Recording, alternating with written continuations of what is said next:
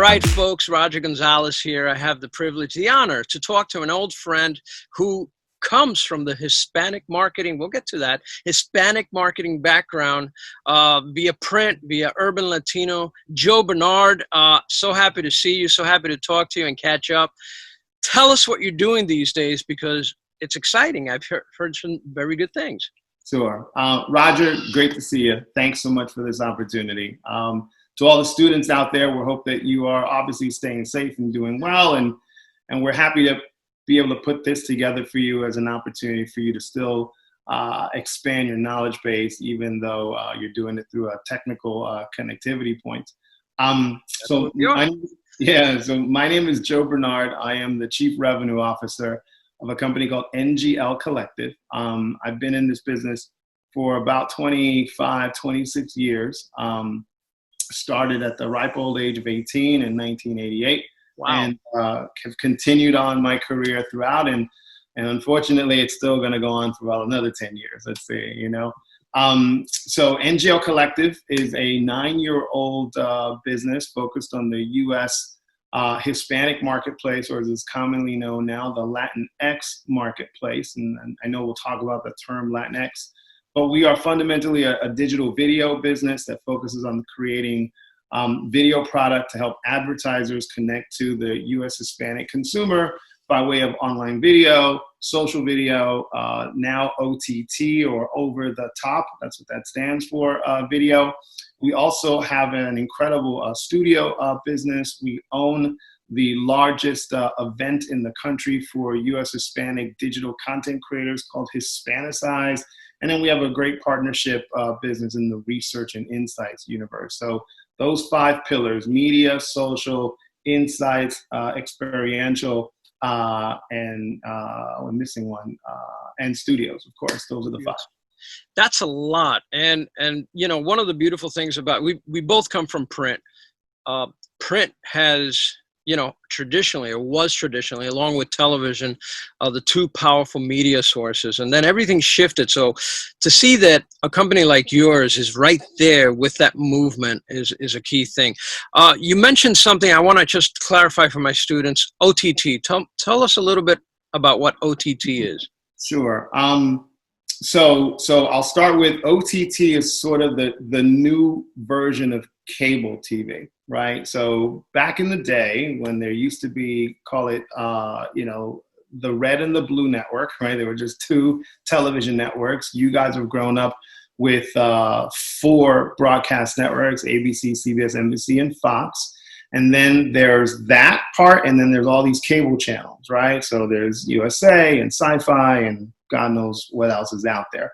So there's now a new extension of that, which is a cluster of opportunities to watch programming and serve commercial advertising that's called over the top, which is essentially primarily how all of you are probably watching television signals right now, right? Over the top means over the air, a connection with a device that allows you through the internet connection to actually see content and programming. So things like Roku, Hulu, you know, Disney Plus, you know, and there's obviously a ton of different things. Pluto TV, there's a lot of different companies that are now serving their content to you by way of an internet connection. All of those opportunities collected in one bundle is what's considered now over the top, or the acronym OTT. And so there are people now selling advertising in the advertising slots for those programs or channel signals. Now you create the content for OTT, but you also sell the advertising in that content. Is that correct? Yeah, so the company has, you know, we have about 25 employees that do a number of different things. My job is to take all of that stuff, all those assets, and roll it up and monetize it, essentially make money on it for the company, for ourselves.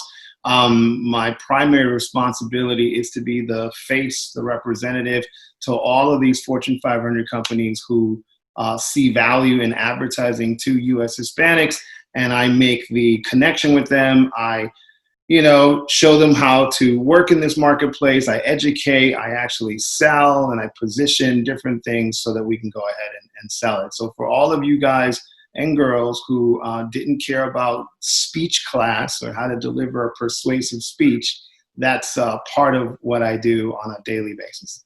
It's a wonderful thing to have you on video meeting our classes, and the reason for that is I always talk about the importance of being able to communicate, to present, to actually sell. A lot of folks don't realize they sell all the time when they comb their hair and they do things like that. So this is a good example of a company that has a person, up front and center to tell the story. That's another big thing. We're moving towards storytelling. We're moving away from the traditional advertisement that was just placed with the hope of reaching the audience. Let's talk about the audience. We talk about the U.S. Hispanic market, but now we're calling it LatinX. Tell us a little bit about LatinX. Sure. So for all of us old timers in this business, and I know I don't look as if I'm an old timer, but I've been in this business again 25 plus years. Hispanic. The word Hispanic has always been in the marketing universe a little bit of a hot potato football that's been bounced around, right? So, it was the Hispanic market, it was the Latino market, it was the bicultural, bilingual, it was the urban, Latin urban, and now sort of the new term that is sort of the football is called Latinx. So where a lot of people have a lot of confusion around Latinx, they think that Latinx is similar to Generation X, which means somehow of a younger person, younger audience. It has nothing to do with age at all. The X is very simply something that was placed to replace the O in Latino or replace the A in Latina to make it gender neutral so that everybody kind of felt a little bit more comfortable with the one term representing all aspects of the U.S. Hispanic marketplace. That's fabulous. I mean, and for me, who's an old timer, I have noticed in the last couple of years this transition to genderless descriptions, because we now have, quite a variety of ways that people self-describe or are described in terms of their gender. So this is a cool point or a cool word. I think. I think also, and maybe you'll agree with me, that no matter what term we pick, when it comes to reaching cultural markets, there's always debate, right? There's always confusion or resistance. But I like that Latinx kind of covers everyone. Now, you connect advertisers to Latinx, and you have a variety of ways of doing it. But let's talk about the elephant in the room. These are tough times. I mean, advertisers don't know what to do for the most part. They're sort of like locked in place, wondering what's going to happen a month, 2 months, 3 months. Some businesses are just starting to reopen. What's your sense of the advertising world out there, the marketing community? What kind of feedback are you getting? Where are we? Yeah, I think I think we're in a better place than we were 4 months ago. Like any human reaction, right? Let's not call it a corporate thing or an advertising marketplace scenario. It's a basic human reaction that, this pandemic sort of fell upon us. And I think it became very clear in March that this was a real serious thing. And the human reaction is, okay, let's just stop everything and kind of wait and see how this all plays out, because we're not really sure what's going on, right? And what I tell people all the time is that businesses are no different than you as an individual, right? It's like if you're not 100% sure about what's about to happen or what to do, you as an individual may choose not to go to the movies, right? I'm not going to go spend my money in that restaurant because I need to hold on to my money a little bit because, I got to pay the cell phone bill in, 22 days. And so therefore, let me not spend the money here. I kind of want to go on a date, but I might need to chill for a minute and kind of see what's going on. That's exactly what happened in the marketplace. Everyone just said, hold on, let me kind of feel this out because I'm not really sure how this is going to affect us. And of course, what we learned is obviously that with the pandemic came maybe three major challenges, right? The first and foremost is the health challenge, and obviously the plight of individuals who perhaps have underlying conditions that could certainly suffer and suffer greatly from contracting the disease. The second part is this economic impact in terms of, okay, well, if the only way to protect myself is to sequester, then of course no one's out driving cars, buying gasoline, going to places, spending money, and therefore there's an economic impact to that. And then if there's an economic impact to that, then how companies can afford to pay employees for business that they're not receiving becomes a challenge, and therefore becomes a jobs challenge as well. So those are sort of the main three things that have happened. I think we're coming out of it a little bit, right? I think that people now, and you look around the room and look at all your friends who are watching this right now, and generally people feel a little bit more comfortable maneuvering in this world. You now understand things better. So you kind of know what you should do, what you shouldn't do. You know where to go and not to do. You know that maybe I'm elbowing the door as opposed to touching the door. Like, that's a level of understanding you didn't have before. So you can maneuver through a little bit. Advertisers are kind of in the same boat. You know, if you are in the restaurant business, or what they call quick service restaurant or casual dining, those are two categories. Quick service restaurant is a McDonald's, Burger King, so on. Casual dining is more like a Shake Shack where you can kind of go in, eat quick, and leave. You know, those guys understand that if they were dependent so much on people coming in to purchase their product and services, and that's not going to happen, then they needed to modify and sort of go out a little bit further. So that's why you see curbside pickup, and, you know, the DoorDashes and the Uber Eats are becoming a lot more part of that, you know, ecosystem of, you know, buying and selling food. So there's this adapting that has happened to try to, you know, chart your way while this is still going on. Let me stop you here for a second, because you point something out which I think is important, and that is that as a reaction to the pandemic, some companies like Zoom all of a sudden are top of mind. All of a sudden, their story's getting out. They're talking to consumers. They're advertising because they're hot. They're necessary. You know, the food delivery services, things like that.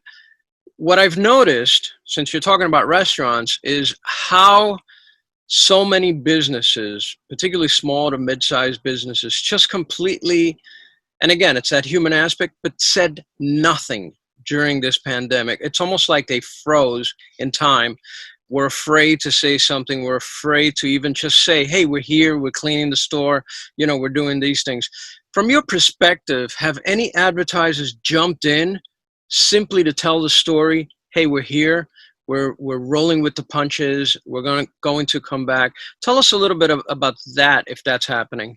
Yeah. So the answer is there are, you know, within all crises, there are opportunities. And I think that that's probably a lesson that you guys should all just always remember, right? And that is probably universal within all aspects of life. Yep, sometimes bad things happen, but there is another side to that bad element that perhaps, you know, you will gain insight or opportunity from. So in certain cases, there are some advertisers who saw this as an opportunity to lean in, right? So if you are Clorox, right, and everyone is like, oh my God, I got to clean everything. Well, here's a chance for Clorox to say, by the way, this spray I have, this wipe that we sell, you know, all this floor stuff that we have is perfect for killing this virus.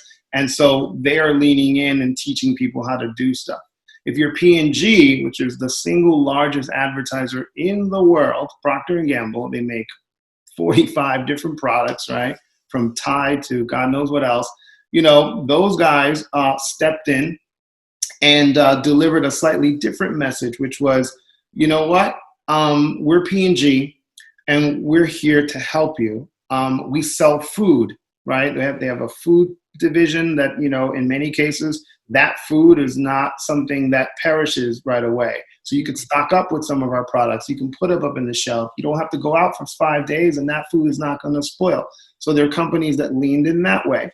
If you are McDonald's, for example, McDonald's is an interesting company because it is a humongous corporation that's made up of all these little, small, mini companies, if you will, right? What is called the owner-operator, who owns a McDonald's, and some owner-operators own one McDonald's, they own 25 McDonald's, but at the end of the day, they're small business owners, and then they have to figure out, what they do for the community, right? So McDonald's, early on made a statement saying, if you are an essential worker, if you are anybody that has to go out because you have to be out there in the elements of this pandemic, we're going to feed you and make sure that you don't have to worry about, running out and getting food. And here's how you can do it. And here's all the owner operators that are supporting this. So, they leaned into that. I know we'll talk. I know one of the things we'll talk about is the upcoming election and how that all affects. But what you find is that there's two different levels of operational management in this country, right? You have the U.S. federal government that has a managerial position over the U.S. and they're doing what they're doing, or in some cases, people are saying not doing what they're doing. The next sort of layer of operational management is corporate America, right?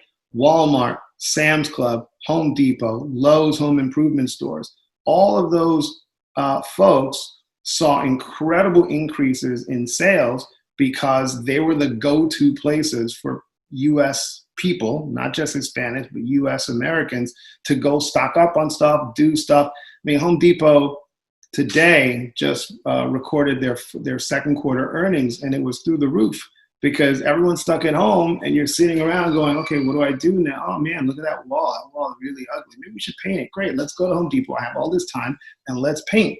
And literally, I don't know about any one of you guys, but did you do any cleaning, any rearranging of furniture? Did you actually do a home improvement project? That's what was going on in the marketplace. I've spent a lot of money at Home Depot this year. Right. About it. Yeah. You touch upon a few interesting things here in this conversation. At one point, you talked about marketers reaching out to the entire market. Traditionally, when there's a recession, and we are in a recession and a pandemic and an election year, it seems like marketers pull back on their multicultural, their dollars spent in the Hispanic markets, the African American, and so on. What kind of feel do you get from your advertisers or the community in general as to how much of that is happening again this time around?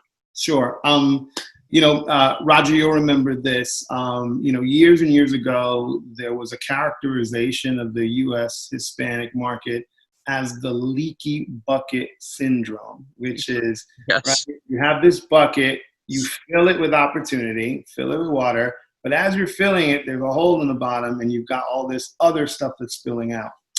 And unfortunately, it seems as if that's still very much an issue in this marketplace.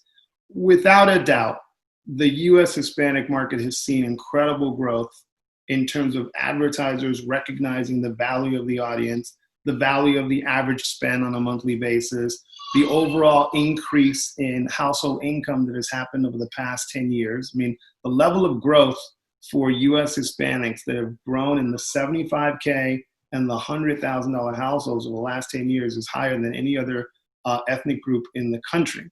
So with all that positive and momentum going for us, right, there's still a few clients that somehow just fall out, right? And so that's the leaky bucket concept that, folks like me spend a lot of time on the far forefront of the marketplace, convincing and bringing in new advertisers, and yet we still see this stuff falling out of the bottom. Yeah. And it's and some of it, makes sense. Some of it kind of doesn't make sense. You mentioned the recession. When we were in the last recession, there was a lot of conversation about how the Latino market was recession proof, right? That because in many ways, Latinos kind of store money in the mattress, and they're not necessarily as prolific of investors and so on, that there's still cash there, and so therefore they can kind of manage through. Think of what your own parents and your own grandparents have done with, you know, half the income that perhaps you make now or that your parents make now, and yet they may do with, you know, 5 kids and they had all this stuff. How do they manage all that stuff with like $25,000 a year, right? So there is this saver mentality that we have that's allowing the Hispanic market to navigate through, you know, the bumps in the road, right? So we're a recession proof. So our marketplace still is robust. We're still spending, we're still doing, you know, all the great things.